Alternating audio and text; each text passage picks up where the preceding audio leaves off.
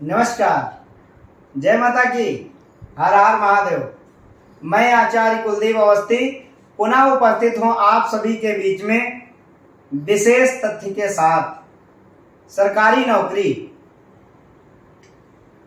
आज ये वीडियो मैं दिल्ली से एस्ट्रोलॉजर की मीटिंग के बाद यहीं से शूट कर रहा हूं। आइए तथ्य पे चलते हैं। कुंडली में वो कौन सा ग्रह होता है जो सरकारी ये तय करता है कि आप नौकरी कहाँ करेंगे, सरकारी नौकरी आपको मिलेगी या नहीं। कौन सा ग्रह है और कौन सा वो घर है। कुंडली में 12 भाव होते हैं, हमने बताया था। 12 भावों में ऐसा कौन सा भाव है जहां से हम सरकारी नौकरी देख सकते हैं और कौन सा ग्रह। सूर्य ग्रह जो कि ग्रहों में सबसे श्रेष्ठ, ग्रहों में राजा बताया गया। सारे सरकारी महकमे सूर्य क्या है? सरकार का कारक। सरकारी महकमे के जितने भी कार्य हैं, नौकरी हैं, सबका विशेष कारक सूर्य ही होता है। कुंडली में आपका सूर्य कहाँ बैठा है, किस घर में बैठा है और कौन सा घर होता है। प्राइवेट नौकरी का तो 6ठा भाव माना गया है, गवर्नमेंट जॉब 10म भाव, विशेष रूप से 10म, 9म भी देखा जाता है। आपका भाग्य, एकादश भी देखा जाता है, आपका लाभ। बाकी तो धन जमा करने वाली बात, दूसरे घर की बात वो अलग है। धन आप जमा करते हैं या नहीं करते हैं, ये अन्य घर भी, द्वादश इत्यादि भाव भी देखे जाएंगे। हमारा विषय है सरकारी नौकरी। क्या आपके भाग्य में है सरकारी नौकरी? आपकी कुंडली में सबसे पहले 10म भाव का स्वामी कहां बैठा है, किस अवस्था में है। पाप कर्तृ योग में तो नहीं है, शत्रु ग्रही तो नहीं है, शत्रुओं से दृष्ट तो नहीं है, कहीं पीड़ित अवस्था में तो नहीं है। उसके बाद आपका सूर्य, आपका आत्मबल का भी कारक होता है सूर्य। क्या आपका आत्मबल मजबूत है कि हम कार्य करेंगे तो यही करेंगे, या आपका आत्मबल कमजोर है।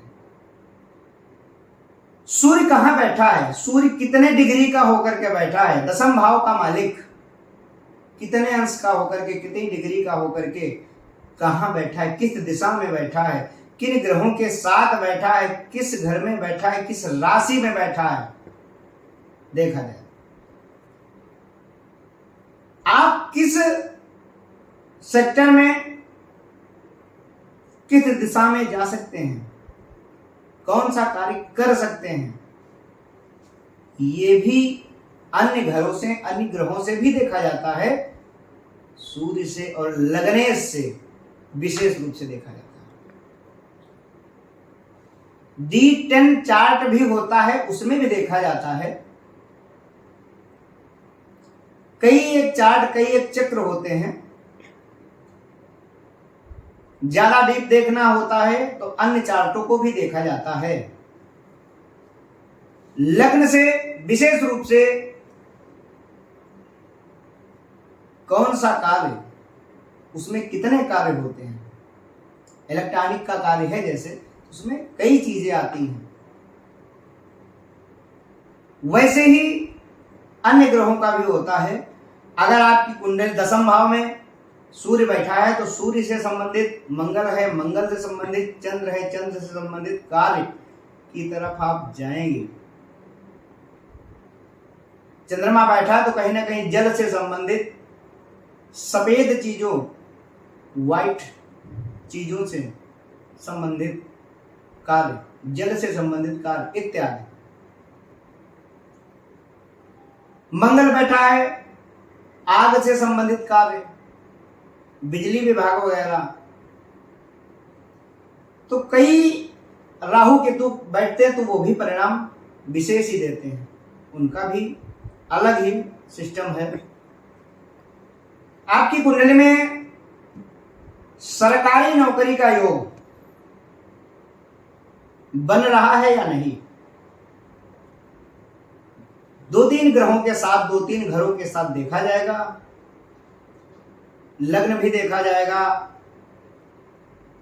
छठा भाव भी देखा जाएगा, कंपटीशन छठे भाव से देखा जाता है, दसम भाव भी देखा जाएगा, नवम भाव भी देखा जाएगा, एकादश भाव भी देखा जाएगा। तो कई चीजें देखी जाती हैं। कहीं आपकी कुंडली में कोई योग ऐसा तो नहीं बना है कि आपको सरकारी नौकरी तो मिलेगी, लेकिन आपके इस कार्य के बाद, जैसे इस उम्र के बाद या 16 संस्कारों में से किसी एक संस्कार के बाद, जिससे बहुत से लोगों को शादी के बाद सरकारी नौकरी प्राप्त होती है, वैसे ही अगर आपकी कुंडली में कोई दुर्योग बना हुआ है, आप तैयारी कर रहे हैं लेकिन लास्ट पॉइंट पे जाकर के, आखिरी सीढ़ी पे जाकर के वापस आ जाते हैं, ऐसा तो नहीं है। हो सकता है आपकी कुंडली में काल सर्प योग बना हो सकता है आपका दसम भाव पाप कत्री योग में हो, पीड़ित हो सकता है आपका लगने से आप स्वयं कमजोर पड़ जाते हैं चीजों को पाने के लिए। लक्ष्य में आप स्वयं, चीज मिलेगी लेकिन आपका मन नहीं, हमको कहां मिले, अरे ऐसा क्यों सोचते हैं आप वो सब कुछ कर सकते हैं जिससे आप प्रेरित होकर के चीजों की कामना कर रहे हैं, नौकरी की कामना कर रहे हैं। अगर कोई दूसरे को आप वो नौकरी देख रहे हैं, वो कर रहा है, आपकी इच्छा आप भी कर सकते हैं। ये मानव शरीर, ये मनुष्य ही ऐसा शरीर प्राप्त हुआ जिससे सब कुछ किया जा सकता है। आप शुरुआत से मजबूत थे कि नहीं थे मायने नहीं रखता है, आप पैदा गुमनाम हुए हैं,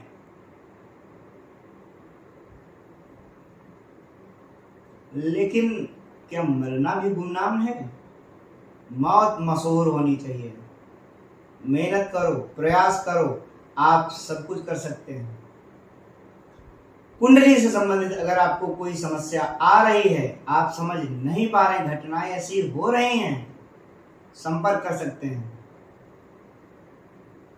संपर्क सूत्र दिया गया है। साथ ही साथ YouTube चैनल पे अगर आप नए हैं या आप किसी अन्य प्लेटफॉर्म से हमारी इस वीडियो को देख रहे हैं, इंस्टाग्राम, फेसबुक इत्यादि, आप हमारे YouTube चैनल को एस्ट्रो कुलदीप अवस्थी के नाम से YouTube चैनल है, सब्सक्राइब करें, वीडियो लाइक करें, अपने विचार रखें, कमेंट करें एवं ज़्यादा से ज़्यादा वीडियो को शेयर करें। लकीर के पीछे मत भागिए। ज्योतिष एक विज्ञान, सत्य के पास का अनुमान, एक ज्योति। नमस्कार, चलते हैं। जय माता की, हर हर महादेव। पुनः मिलेंगे।